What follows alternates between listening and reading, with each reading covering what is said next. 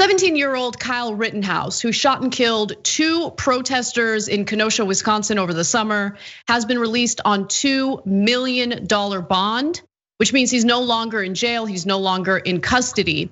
He drove from Illinois to Kenosha, Wisconsin, and proceeded to open fire, shooting 3 people in total. 1 person was injured, 2 people died.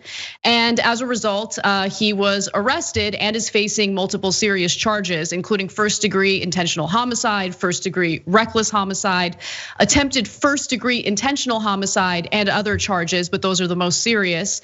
Now, the protests that were taking place last summer occurred after the police shooting of Jacob Blake. He was shot in the back, and that video was certainly jarring. It was something that we covered in detail on this show. The 2 victims who died as a result of this 17-year-old opening fire with an illegal weapon, an AR-15, that he had no business being in possession of. The 2 victims are 36-year-old Joseph Rosenbaum and 26-year-old Anthony Huber. And how did he purchase that gun? Well, he admitted to the press that he purchased that AR-15 by using a coronavirus stimulus check, and that a 19-year-old friend of his helped him purchase the gun because, of course, he's too young as a 17-year-old to purchase an AR-15. When he was asked about it, he said, "No, I don't regret it. I would have died that night if I didn't. I feel like I had to protect myself." Now, again, he drove from Illinois to Wisconsin. So he put himself in what he considers a dangerous situation. He was in possession of an illegal weapon. He was the one who opened fire first. And I mean, we'll see how this all plays out in court. But the point of this story, the point of this update is that he is free on $2 million bond.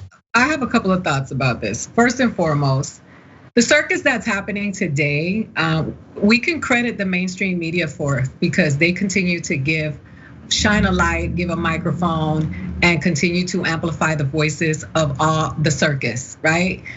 People are dying every day. All kinds of things are happening all over the world. And the Washington Post is having a sit down with Kyle because we want to know what a murderer is thinking. And then we wonder why the world and our country is in disarray because the media, mainstream media, is constantly adding fuel to the fire. I don't want to hear what he has to say, right? I don't want to hear what he has to say. He's a criminal, a cold-blooded murderer. If he would have been black, he would have been under the jail. There would be no $2 million bond. And I'm just tired of them trying to normalize the other side's opinion when the other side is evil and wrong. And that's not journalism, that is sensationalism and continuing to create bigger problems from us. They politicize Black Lives Matter to try to justify the wrongdoings of Black people and to continuously, degrade and berate people speaking up for the lives of Black and brown people. And it just shows that this country doesn't care about white people either. This is all about the elite here because those people that were murdered, their lives, we don't even talk about them as human beings. We just talk about Kyle and how he's become the poster child of one of the talking points of this ridiculous cult that follows Donald Trump.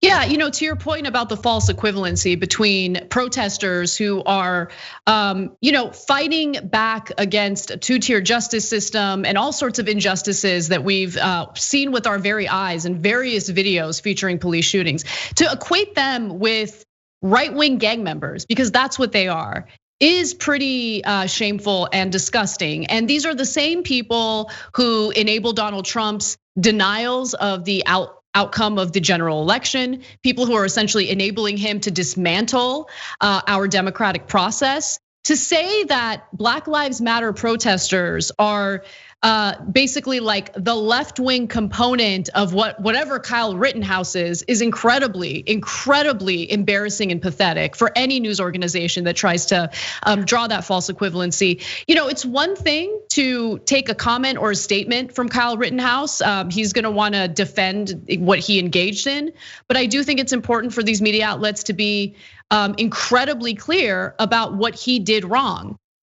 It's not like he was in his front yard And he was approached by a group of individuals who posed an imminent threat to his life. He drove across state lines with his family, intending to go to this protest armed with a gun that he did not have, was not legally in possession of. He opened fire, and as protesters were chasing him to get a hold of his gun so he didn't hurt anyone else, he opened fire again, injuring one more person and killing another person. So that's what we're dealing with here with Kyle Rittenhouse. And the thing that sucks the most about this is you can't always rely on our justice system to carry out justice, right? So I don't know what the outcome of this case is gonna be, but my fear is that if justice is not served, it will continue to embolden what the FBI has referred to as the greatest domestic threat that we're facing right now, and that's right-wing extremists. The FBI has said that in multiple reports, and that's what Kyle Rittenhouse and all of his enablers are. Absolutely. And I mean, wouldn't it have been nice to do a story covering the families of the victims? But it's far more sensational to get his take, because his take is of value. Yeah, a statement is fine. You have your day in court to make your statement. Such a part of what is happening right now with this administration, what's happening in the country right now. And it's just sickening to hear. And look, nobody's surprised that the white boy got the help, he got the money, he got all of the assistance. We expect that to happen because that's Friday in America. But enough is enough. There are people dying every day of COVID-19, and they could have better served those people by telling their stories and really waking these people up instead of hearing the justification of a minor who took the law into his own hands. Imagine a black person taking $1,200 stimulus money to buy anything other than what the elite thinks that person should be buying. You see the stories all the time. You're gonna go to jail because you're misappropriating your stimulus funds. But this kid took and bought an illegal arm, and went illegally because he's not old enough, had somebody buy it for him. How many laws were broken in addition to murder? And here we are having a conversation about what he has to say. That's some foolishness. No, you make such a good point about how he used stimulus money and like the cojones, right? Yes. To just openly say like, yeah, I used my stimulus check and what? I don't regret it. I needed to defend myself. No, you didn't. No one told you to go to Kenosha, Wisconsin. No one told you to do that. You did that.